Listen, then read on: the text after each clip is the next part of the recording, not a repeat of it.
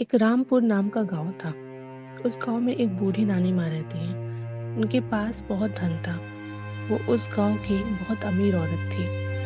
उनका बेटा, बहू और पोता शहर में रहते हैं। नानी माँ का पोता का नाम राहुल रहता है और वो शहर में ही अपना पढ़ाई करता है। और गर्मी की छुट्टी में ही सभी लोग अपनी माँ और नानी से मिलने आते हैं। एक दिन की बात है, उनके पोते की कॉलेज की छुट्टी हो जाता है और वो अपनी नानी से मिलने जाता है और उसके साथ उसके कुछ दोस्त भी घूमने के लिए जाते हैं। राहुल नानी के घर के लिए निकल जाता है। रास्ते में ही वो और उसके दोस्त लोग खाना खाने के लिए रुकते हैं। जब वो खाना खाकर कुछ दूर निकलते हैं तो उन सबको रास्ते में एक बहुत बड़ा क्लब दिखता है। राहुल और उसके दोस्त लोग बोलते हैं, पहली बार घर से निकले हैं तो पूरा रात बैठकर ड्रिंक किया जाएगा।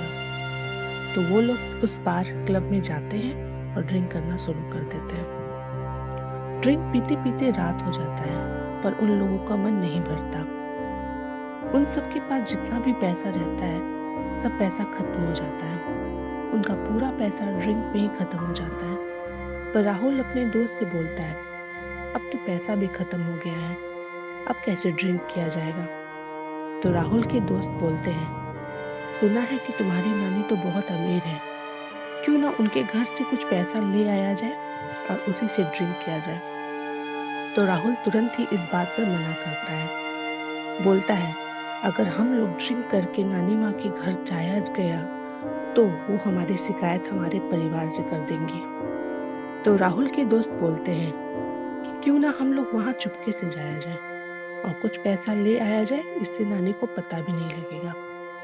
राहुल तो पहले मना करता है, फिर उसके दोस्त लोग ड्रिंक के नाम पर उसे मना लेते हैं और गाड़ी लेकर नानी के घर जाते हैं। पर वो लोग इतना नशा किए रहते थे कि ठीक से गाड़ी भी नहीं चला पाते। वो लोग नानी के घर पहुंचते हैं और धीरे धीरे नानी की तिजोरी की तरफ बढ़ते हैं। जब वो पैसा लेकर बाहर आते हैं तो पीछे से उसकी नानी पकड़ लेती है। तो वो लोग इतने डर जाते हैं कि पास में पड़ा लोहे के डंडे से नानी के सर पर मार देते हैं और सर पर चोट लगने की वजह से पल भर में ही नानी की मृत्यु हो जाती है। वो लोग इतना नशे में रहते हैं कि वो लोग क्या कर रहे हैं ये उन्हें पता ही नहीं रहता है। उसकी नानी अपने दोनों हाथ में कंगन पहने रहती है। तो राहुल के दोस्त का नशा उस कंगन पर जाता है और वो कंगन को निकालता है पर कंगन नहीं निकलता है। तो उसका दोस्त रूम में से एक धारदार हथियार लाता है और नानी के दोनों हाथ का पंजा काट कर कंगन को ले लेता है। वो लोग नानी को वैसे ही छोड़कर क्लब वापस चले जाते हैं। अगले दिन जब सुबह होता है तो वो लोग नानी के घर जाते हैं तो देखते हैं नानी उसकी मरी पड़ी रहती है।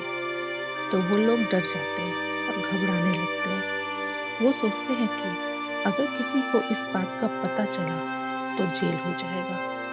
तभी राहुल के पापा का कॉल आता है और वो नानी के बारे में राहुल से पूछते हैं, नानी ठीक है।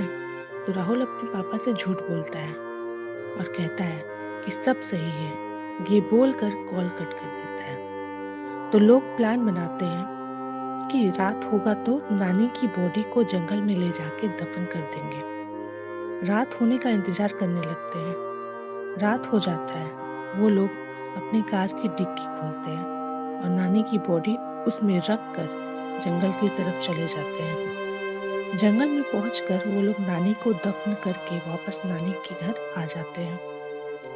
वो लोग बहुत थक जाते हैं और सोफा पर आकर बैठ जाते हैं। तभी पीछे से दो हाथ ग्लास लेकर उनके पास पहुंचता है और पीछे से नानी की आवाज आता है और बोलता है, बेटा राहुल लो, थक गए होगे, पानी पी लो। वो लोग इतने घबराए रहते हैं कि उनको पता भी नहीं रहता है पानी को नानी कैसे लगी। तो वो लोग जब पानी पीने के लिए गिलास को उठाते हैं तो गिलास में से पानी की जगह पर खून रहता है। जब वो लोग पीछे मुड़ के देखते हैं तो नानी और उनका कटा हुआ दोनों हाथ रहता है। ये देखकर सब बहुत डर जाते हैं। तो नानी बोलती है, तुम सब मत डरो, मैं तुम सबको कुछ नहीं करूंगी, पर तुम सब सच मुझे एक वादा करो। आज के बाद कभी भी नशा नहीं करोगे। राहुल और उसके दोस्त लोग बहुत रोते हैं नानी को देखकर और अपनी नानी से माफी मांगते हैं और बोलते हैं आज के बाद मैं कभी भी नशा नहीं करेंगे। ये सुनकर नानी वहां से गायब हो जाती है।